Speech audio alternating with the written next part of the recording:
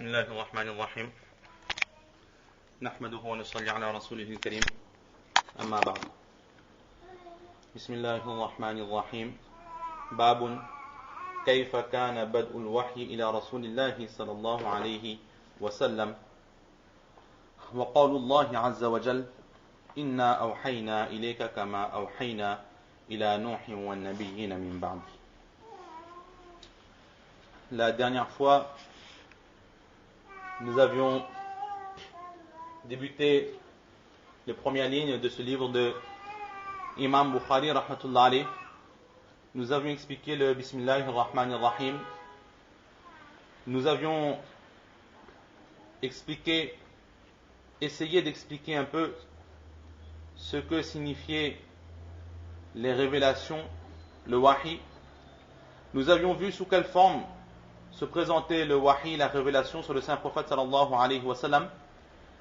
Et aussi nous avions vu que le mot wahi était en général utilisé pour désigner les révélations, mais Allah subhanahu wa ta'ala lui-même, dans le Coran, à maintes reprises, il a employé ce même mot ou un mot venant de cette même racine, wahi, pour définir autre chose que la révélation qui se faisait sur le saint prophète sallallahu ta'ala alayhi wa ala alihi wa sallam. Nous nous étions arrêtés à une question, c'était quelle était la différence entre le wahi et le ilham. Nous avions vu que dans les différentes catégories de révélations, il y avait une révélation qui se faisait de sorte que l'ange plaçait la révélation dans le cœur du saint prophète sallallahu alayhi wa sallam. La révélation ne se faisait pas oralement, il n'y avait pas de parole, il n'y avait pas d'écoute, mais c'était que l'ange déposait les commandements d'Allah subhanahu wa ta'ala directement dans le cœur du saint prophète sallallahu alayhi wa sallam. Pour simplifier, on pourrait dire que c'est une sorte, on dit bien une sorte d'intuition, comme lorsqu'on a une intuition, on a dans le cœur quelque chose, un balancement ou une quasi-certitude sur un point. Alors le prophète sallallahu alayhi wa sallam c'était de cette sorte, sauf qu'il avait cette certitude que cette décision, que cette façon de penser venait directement de la part d'Allah subhanahu wa ta'ala. Donc ça c'est le wahi. Mais il faut savoir que chez certains pieux, il se peut qu'Allah subhanahu wa ta'ala place aussi certaines décisions à prendre, parfois certaines explications dans leur cœur. Quelque chose qui est appelé le ilham, une intuition déposée dans le cœur. Alors, étant donné que le prophète sallallahu alayhi wa sallam, il recevait aussi le wahi de cette façon, et que les pieux ont de temps en temps cette même situation, la question se pose, est-ce que le ilham que reçoivent les gens pieux est de même niveau, a la même valeur que le wahi que recevait le saint prophète sallallahu alayhi wa sallam dans son cœur? Alors, à cette question, nous répondrons tout simplement que le ilham, cette intuition que reçoit le pieux, ne peut être nullement équivalent au wahi que recevait le saint prophète sallallahu alayhi wa sallam. Il faut savoir que le mot ilham, il est général. Le mot ilham, cette intuition qui est déposée dans le cœur, elle est générale, c'est un terme général qui est employé très bien pour les gens pieux, tout comme pour les prophètes. Sauf que le prophète, lorsqu'il reçoit cette intuition dans le cœur, ce ilham, cela sera aussi appelé un wahi. Alors que la personne pieuse, lorsqu'elle recevra ce ilham, cela ne sera pas appelé wahi. Le saint prophète sallallahu alayhi wa sallam, lui-même, il faisait un doigt, Allahumma alhimni rushdi. Oh Allah, guide-moi. Oh Allah, mets dans mon cœur la guidée qui me fera parvenir jusqu'à la réussite, c'est-à-dire toi. Ici, le Saint-Prophète sallallahu alayhi wa sallam, il a employé le mot al-himni, qui vient de la racine de ilham. C'est-à-dire, oh Allah, donne-moi, mets dans mon cœur ces révélations qui viennent directement de toi, qui me font réussir. Et de temps en temps, même dans le Coran, Allah subhanahu wa ta'ala, il a employé ce mot ilham pour désigner autre qu'un prophète. فَأَلْهَمَهَا فُجُورَهَا وَتَقْوَاهَا. Que dans la création de l'être humain, Allah subhanahu wa ta'ala y a placé cette envie d'aller vers le droit, ce naturel d'aller vers ce qui est la piété, ce naturel de se préserver du mal, et il a mis aussi ces tentations, ces envies d'aller de temps en temps vers le mal. فَأَلْهَمَهَا فُجُورَهَا وَتَقْوَاهَا. Donc nous voyons que le Saint-Prophète sallallahu alayhi wa sallam, il a employé le mot ilham pour lui, qui était prophète, et Allah, il a employé lui aussi le mot ilham pour autre qu'un prophète. Donc nous voyons très bien que c'est un mot général qui est employé pour le prophète comme pour ceux qui ne sont pas prophètes. Cependant, le mot wahi, il sera spécifique, réservé au prophète alayhi salatu wassalam.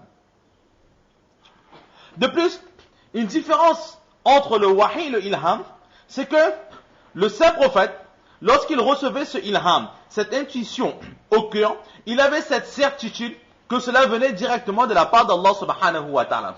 De cela, cette intuition devenait un wahi et l'application, la propagation de cette intuition devenait obligatoire pour le saint prophète sallallahu alayhi wa sallam. Et une fois propagée, la mise en pratique de cet ordre devenait obligatoire pour chaque musulman. Les prophètes sont protégés des péchés, on les appelle des masoums, et ils sont aussi protégés des satans. Shaitan ne peut tromper les prophètes. Une fois dans un récit, le prophète sallallahu alayhi wa sallam racontait à ses compagnons qu'à chaque fois qu'un être humain naît, alors il y a des satans, des shaitans, l'armée des armées de shaitan qui naissent avec ces personnes. Alors les compagnons étaient stupéfaits, ils ont posé cette question au prophète d'Allah sallallahu alayhi wa sallam. Ô prophète d'Allah, est-ce que toi aussi lorsque tu es né, tu avais ces shaitans à tes côtés? Le prophète sallallahu alayhi wa sallam, il a répondu en ce sens que je suis aussi un être humain. Moi aussi j'avais ces shaitans, mais de par ma proximité, de par ce fait qu'ils étaient constamment à mes côtés, ces shaitans qui à l'origine étaient shaitans se sont convertis et ont accepté l'islam. Donc, je n'ai plus moi de shaitans qui me trompent. De la même façon, les autres prophètes étaient masoums, protégés. Alors que les personnes pieuses, qu'on appelle parfois des walis, lorsqu'ils reçoivent cette intuition dans le cœur, ils ne peuvent avoir cette certitude que cela vient directement de la part d'Allah subhanahu wa ta'ala. Parce que les walis, pieux comme ils sont, ils peuvent atteindre le degré de piété qu'ils veulent, ils ne seront jamais protégés de tout péché. Dans un récit, le prophète sallallahu alayhi wa sallam, il a dit en ce sens, Kullu bani Adama khatta'un, que chaque enfant de Hazrat Adam alayhi salatu wa sallam commet des erreurs, commet des fautes. Donc, les gens pieux, les walis, ils peuvent atteindre la proximité qu'ils veulent avec Allah subhanahu wa ta'ala, mais ils ne sont pas à l'abri des fautes. Certes, Allah les protège des grands péchés, mais de temps en temps, ils peuvent faire des erreurs. Et étant donné qu'ils font des erreurs, ils ne sont pas maçons, Shaitan peut, à n'importe quel moment, essayer de les tromper par n'importe quelle façon, par n'importe quel moyen. Donc, lorsqu'ils reçoivent ce ilham, étant donné que ces personnes n'ont pas cette certitude que cela vient directement de la part d'Allah subhanahu wa ta'ala, mais que cela peut très bien venir de la part de Shaitan, cette intuition au cœur n'atteindra jamais le degré de wahi. Une histoire très connue, celle de Hazrat Abdul Qadir Jilani rahmatullah alayh. Nous savons tous le degré de piété qu'il a atteint. Une fois alors qu'il était en train de marcher dans la forêt, il entend une voix qui dit « Oh Abdul Qadir, tu as réussi » en ce sens. Et là, Hazrat Abdul Qadir Jilani rahmatullah alayh de répondre « La hawla wa la quwwata illa billahi al-ali al-azim » que tu es Satan. Et là, Shaitan parle avec Hazrat Abdul Qadir Jilani rahmatullah alayh, il dit « Oh Abdul Qadir, beaucoup de personnes très pieuses que nous avons réussi à tromper. Mais toi, ta connaissance t'a protégé. » Et là, Abdul Qadir Jilani rahmatullah alayh de répondre qu'encore une fois tu essaies de me tromper. Ce n'est pas ma connaissance qui m'a sauvé, mais c'est Allah subhanahu wa ta'ala qui m'a sauvé. Là, dans ce récit, nous voyons très bien que Hazrat Abdul Qadir Jilani, rahmatullah alayhi, malgré sa piété, malgré sa connaissance, Shaitan, par les mauvaises pensées, par les mauvaises intuitions, a essayé d'égarer Hazrat Abdul Qadir Jilani, rahmatullah alayhi. Comment pouvons-nous élever au degré, au stade de wahi, c'est-à-dire la parole d'Allah subhanahu wa ta'ala, une intuition dans laquelle il y a un doute qui persiste, qui se trouve, c'est-à-dire le doute que est-ce que cela est vraiment de la part d'Allah ou est-ce que cela est de la part de Shaitan. Donc là, c'est une autre grande différence qu'il y a entre le ilham et le wahi. Aussi, lorsqu'un prophète il reçoit le ilham, donc le wahi, cela devient une preuve, cela devient une obligation de mettre en pratique. Et le pieux, lorsqu'il reçoit ce ilham, cette intuition dans son cœur, cela vient tout simplement d'une certaine proximité qu'il a avec Allah subhanahu wa ta'ala. Le prophète, le wahi qu'il a, c'est pour propager. Et le pieux, le ilham qu'il a, c'est par rapport au lien qu'il a créé, qu'il a tissé entre Allah subhanahu wa ta'ala et lui-même.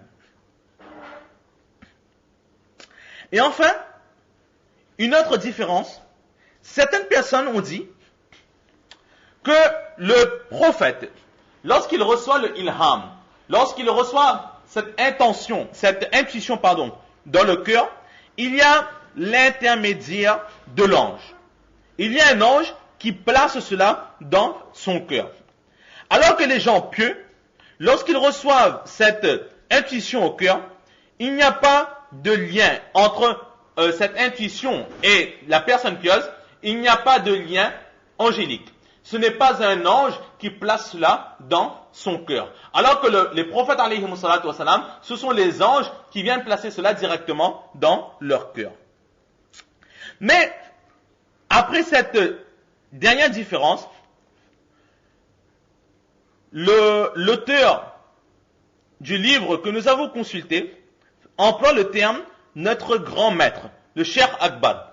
Et en apparence, avec des doutes, mais nous pensons qu'il s'agit de Hazrat Maulana Zakaria rahmatullah alayhi. Mais toujours avec un certain doute que nous attribuons cette parole à Hazrat Maulana Zakaria rahmatullah alayhi, l'auteur de Fazail al-Amal.